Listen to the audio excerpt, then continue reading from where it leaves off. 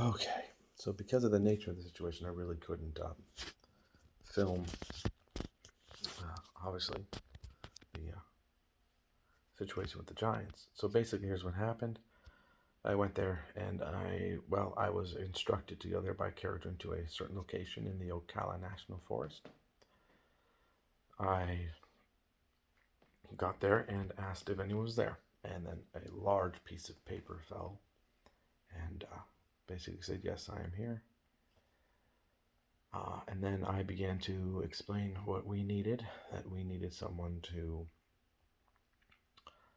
help us with the 21st, preferably if someone could postpone it somehow. I mean, I don't expect them to be able to solve it for us, but do something in such a way that would give us time to deal with it. So the situation ended up being over some course of negotiations, which was a little bit tricky because it's just these giant letters falling on me, and it basically, boy, it was just an odd day. So basically, well, down to they need monetary reimbursement. Apparently, any funds that come from a god or goddess or incarnation has a certain special blessing on it. Originally, they wanted $5,000, which is like beyond what I can just give. And then I was able to, and that was the first thing that they asked for, along with 10 dreams being sent to them from the God of Dreams. Some stones with 5 stones with powers in them. And then they wanted 1 hour of conversations with the gods through me. So I told them I couldn't really do that. That was just, we don't have the ability to get $5,000 like that. So they sent a second letter, which basically a big old piece of paper falling, right? And it said that they could do it for $2,000, which still is a lot. And they took out the condition of having to send 10 dreams to them. And they just wanted the 5 stones. And they also wanted to have 30 minutes of conversation with the gods. So I talked with Caradwin. She said that that's feasible if the father would allow it.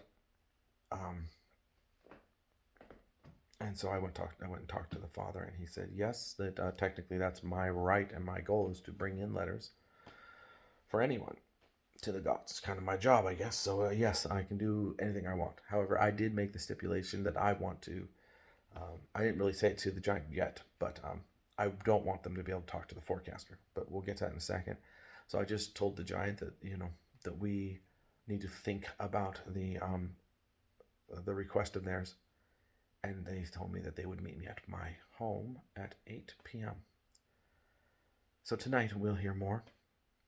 Now the stipulations I want to tell them tonight that, in the spur of the moment, it's hard to know exactly what to say and when to say it. I was nervous, heart beating.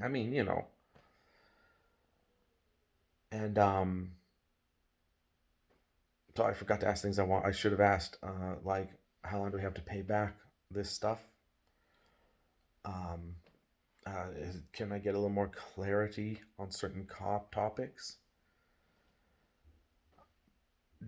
I'm not going to let them speak to the forecaster or any of his incarnations. That's key to me. So that's kind of how I left it. But I didn't get to say those things. So I left on the way back, driving back. Everything runs through your head. You start thinking, I should have said this or that. Whatever. Anyways, so I have a list now that I'm going to speak out to them. I'm gonna, I'll keep lists with me so I don't forget.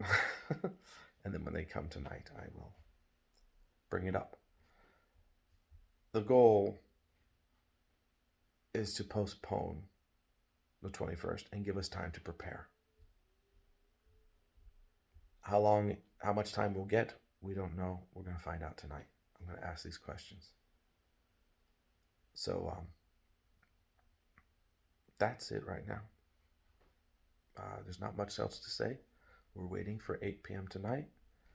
I will be I guess, contacted somehow. I doubt a giant's going to get into my house, so I might have to go out back periodically.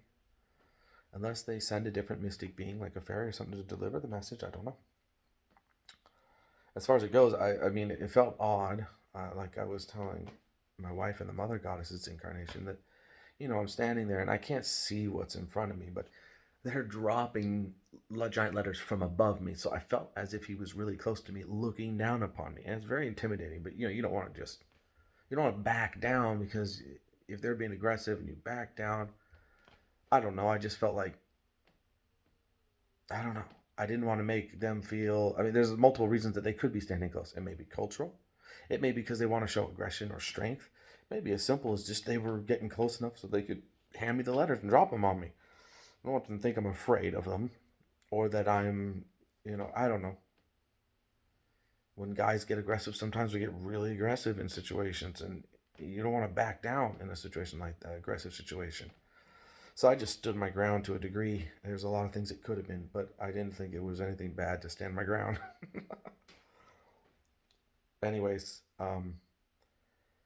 so yeah, there's not much else to say. This is just until we get more information from them. Things went well. Dream told me that he had last night a dream about giants and him having to flee from them and fly away type thing, using, dreams. Sometimes you have those dreams about flight. But what was important is he said they were a lucid dream. So lucid dreams imply spiritual importance. So I'm assuming that obviously this was prophetically brought into his dream world, that this was going to be something that was going to happen.